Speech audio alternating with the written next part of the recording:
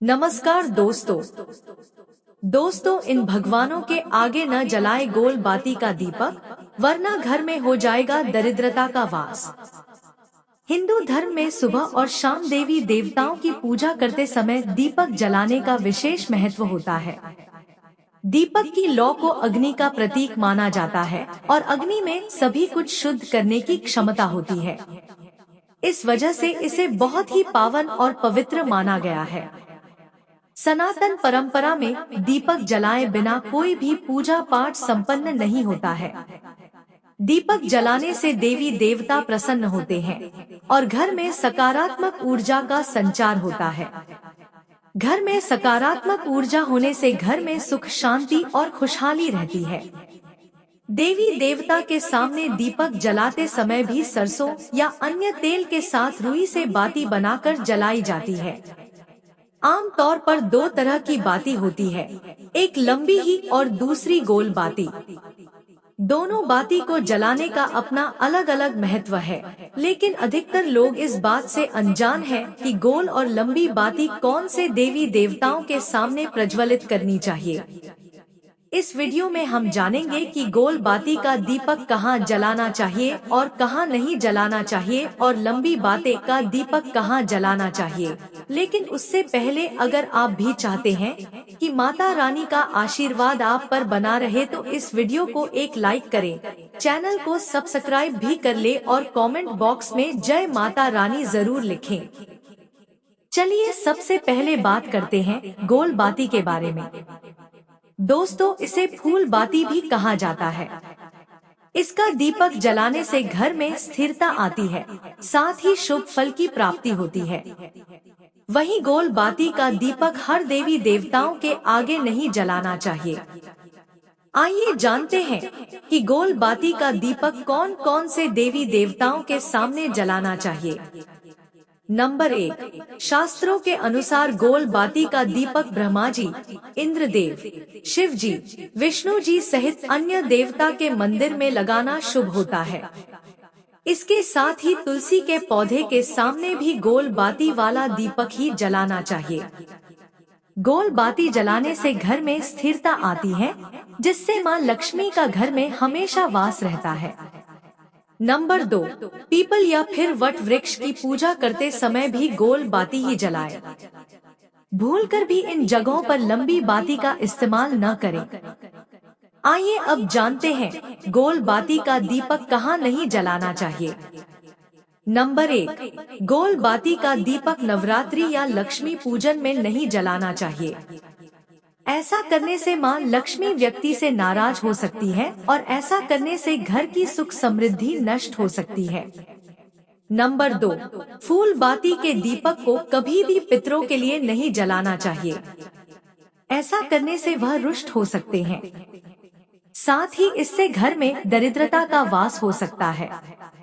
आइए अब जानते हैं गोल बाती के क्या नुकसान है। ध्यान रखें कि गोल बाती का इस्तेमाल करने से पितर कभी प्रसन्न नहीं होते हैं और घर में दरिद्रता वास करने लगती है। इसका घर में रहने वाले सदस्यों की तरक्की पर भी बुरा असर पड़ता है। इसके साथ ही घर में कोई ना कोई बीमार पड़ता रहता है। इसलिए घर में पितरों को प्रसन्न करने के लिए लंबी बाती का ही दीपक जलाएं। इसी तरह नवरात्रि लक्ष्मी पूजन में गोल बाती का इस्तेमाल करने से माता रुष्ट होती है और घर की सुख समृद्धि नष्ट हो जाती है। आइए अब जानते हैं लंबी बाती का दीपक कहाँ जलाना चाहिए।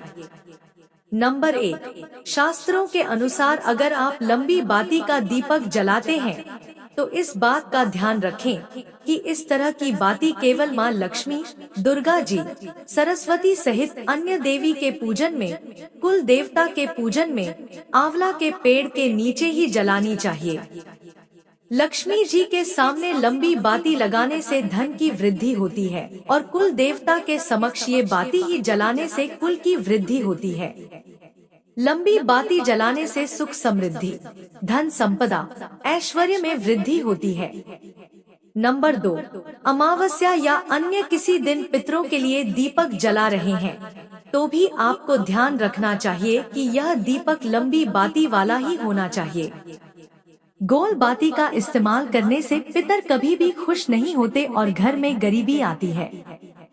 परिवार के सदस्यों पर भी इसका बुरा असर पड़ता है और उनकी तरक्की रुक जाती है। वहीं ऐसा करने से हर सदस्य को किसी न किसी तरह की बीमारियों से परेशानी का सामना करना पड़ सकता है। इसीलिए ध्यान रखें और पितरों के लिए हमेशा लंबी बाती का दीपक ही जलाना चाहिए। नंबर 3, माँ लक्ष्मी पूजन और नवरात्रि में लंबी बाती का दीपक प्रयोग करना चाहिए।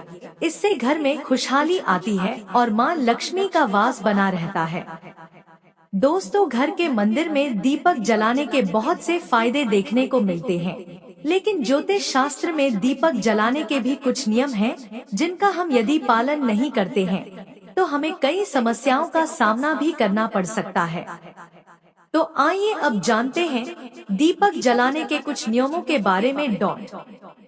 नंबर 1, ध्यान रखें कि स्नान करने के बाद ही पूजा पाठ करनी चाहिए। बिना स्नान के पूजा पाठ के कार्य नहीं करने चाहिए। नंबर 2, ज्योतिष शास्त्र के अनुसार दीपक को सदैव उचित स्थान पर जलाना चाहिए। मंदिर में दीपक को हमेशा भगवान की प्रतिमा के सामने रखें। नंबर 3, अगर दीपक घी का है तो उसे अपने बाएं साइड रखें। वहीं तेल के दीपक को दाईं ओर रखना चाहिए। तेल वाले दीपक में हमेशा लाल बाती का उपयोग करना चाहिए। वहीं घी के दीपक में रुई की बाती का इस्तेमाल करना चाहिए। नंबर 4, पूजा स्थल पर दीपक को पश्चिम दिशा में ना रखें, इससे आपके जीवन में आर्थिक परेशानियां आ सकती है।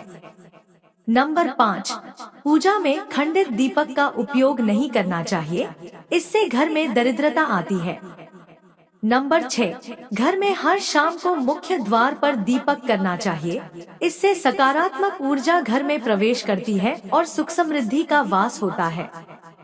तो दोस्तों, आज के लिए बस इतना ही। उम्मीद है आपको जानकारी अच्छी लगी होगी। तो वीडियो को एक लाइक करें। बोलिए माता लक्ष्मी की जय, भगवान श्री नारायण की जय।